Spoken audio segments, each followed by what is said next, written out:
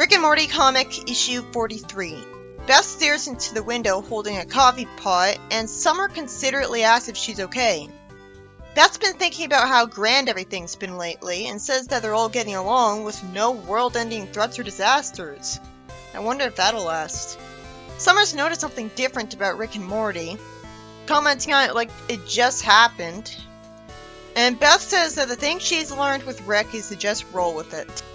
Then we see a different version of Rick and Morty here, which call themselves by different names. Like they're not even trying to hide it.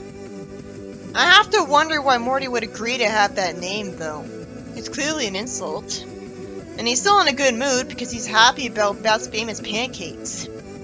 Then Dick asks Jerry if he's ready to hit up the clubs again tonight, and Jerry's happy about it and says he's his wingman. Dick says that no woman in their right mind would date Jerry right in front of Jerry, and yet he's still nice to Jerry, and Jerry still likes him. Beth ruffles Farty's hair and hugs him from behind, saying that she loves her fuzzy son. Because I'm not being shown how this all started and their reaction, I'm wondering why the family thinks this is their Rick and Morty. What took Summer so long to comment on it?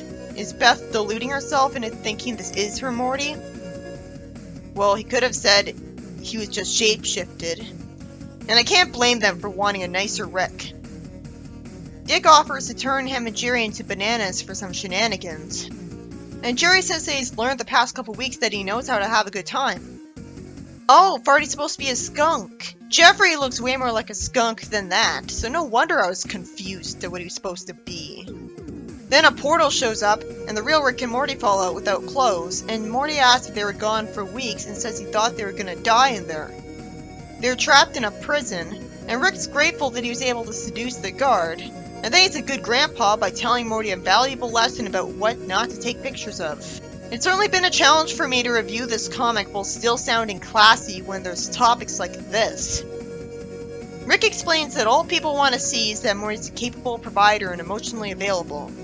Then Morty reminds Rick that Bathyvorians don't even have genders. I guess Rick really thinks Morty's an idiot if he thinks he needs this lesson.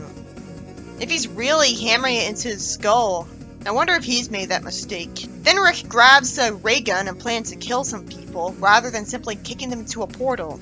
I can understand killing a Rick, but not a Morty. I mean, the only real reason they'd hop dimensions and stay there is if their own dimension is either ruined outright, probably because of Dick, or just absent of their family. And it'd be hypocritical of Rick to demonize them for doing what he himself did, so we should really just send them to a portal, open a portal up beneath them. And knowing Rick Sanchez's, they're really likely to not have the portal gun with them at all times. He should know which dimension to pick. But because Rick insists on handling this by force instead of telling Dick which exact dimension he could fit in just fine, he shoots at him and his laser is blocked by Dick's force field, as Dick calls him the imposter for some reason. The rest of the family run out of the house. Then Dick finally calls Rick out that Rick isn't even supposed to be here because this dimension's Rick and Morty died when an ion device exploded in their garage.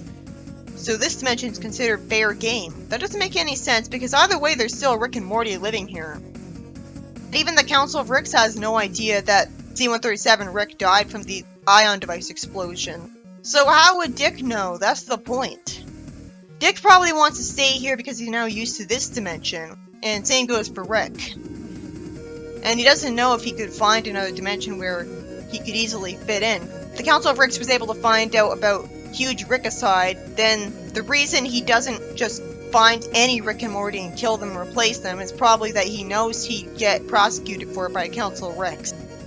Rick presses a button sending a satellite laser at a place across the street just to intimidate him, so he naturally says he's not right in the head, and gets punished for potentially accidentally killing someone because Dick hits Rick with Dr. Octopus arms.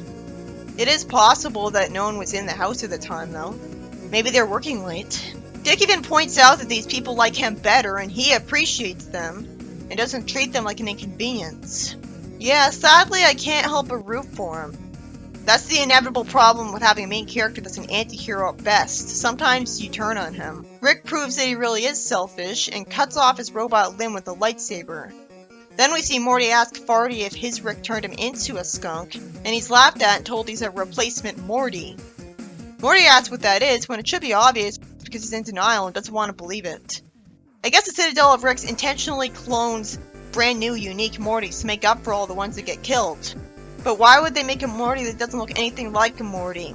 He has a special ability, but that's still a pretty bad excuse for a Morty, because he was picked up by non-skunk Rick. Rick hates the gas that Farty creates, which smells like a chemical. Rick reveals he's got a gas mask on because he took it out of his lab coat.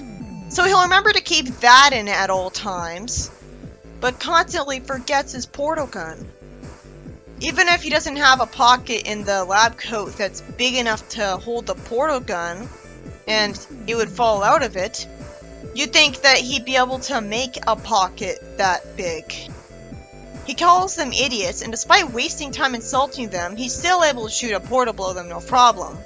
I guess it's justified because he only said a few words, and probably said them quickly. He sends him into the ocean. I guess he doesn't value Farty's life because he's just a replacement Morty who doesn't actually belong anywhere, and is loyal to Dick even after he made a nasty joke at his expense.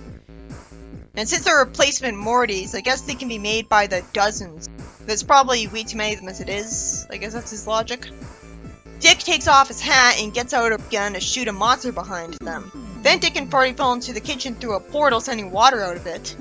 And Rick's also prepared enough to press a button that magnetically attracts his portal gun away from him. It sure was lucky for Dick that he thought to keep his portal gun with him, because usually Rick doesn't. It turns out Dick has a laser shooter in his hat, which he can activate with his mind as the hat disintegrates. Making me wonder why Rick doesn't have a hat, then, if he can keep stuff in it. It's stupid of him not to. It makes me wonder why he doesn't go on to have a hat from now on. Rick dodges the laser and hits him and Farty with another portal, to a prison just like the one Rick escaped from. So why didn't he just send them there in the first place? Beth says nervously that Rick goes on a lot of adventures, so his whole family figured that eventually he'd die.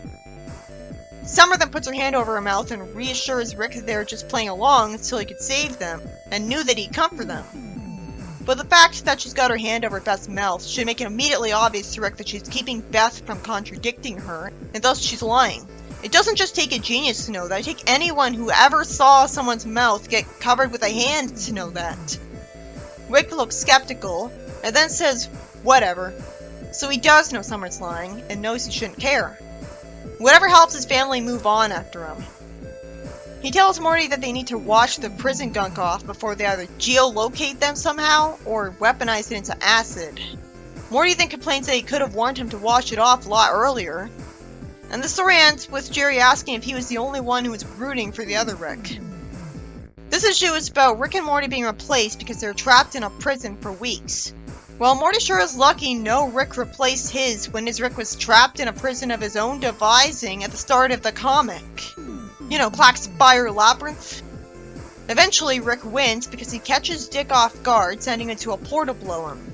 He could have just done that in the first place instead of shooting a laser while talking and therefore warning him to activate his force field. He could have been more careful about it. And it's frustrating when I know the smarter way than Rick, but I get that Rick had to make a mistake so we could get an awesome action scene. I don't get why this dimension is considered fair game, though. It's been established in the show that no one but our Rick and Morty know that C-137 Rick and Morty died to the ion device. How would anyone other than Rick and Morty know that their Rick and Morty died to that exact thing? For the Council of Ricks to know that, they would have had to have someone spy in their garage at that exact point. And Rick is still called C-137 Rick even though he isn't, so that can't be the case. So how did Dick know? Is every Rick garage under constant surveillance? Like by an invisible camera? I guess the way they usually catch Rick and Morty deaths to find a fair game world, or find out about a giant Rickicide, is by seeing if the world's Rick goes way too long without being in the garage. And Rick's able to heal himself super fast with technology, so an injury or sickness might not be enough for a replacement to show up. I guess portal gun technology always has a way to look at them and learn which dimension is free, the second after it becomes free, because in the show, right after that ion device exploded, Rick and Morty got to replace them. It's a good thing Season 4 introduced the death crystals, because the only way they could have done that is if Rick looked in a death crystal while looking through the portal. That's the only way he'd know that the ion device was about to explode. And even then, he had a lucky guess.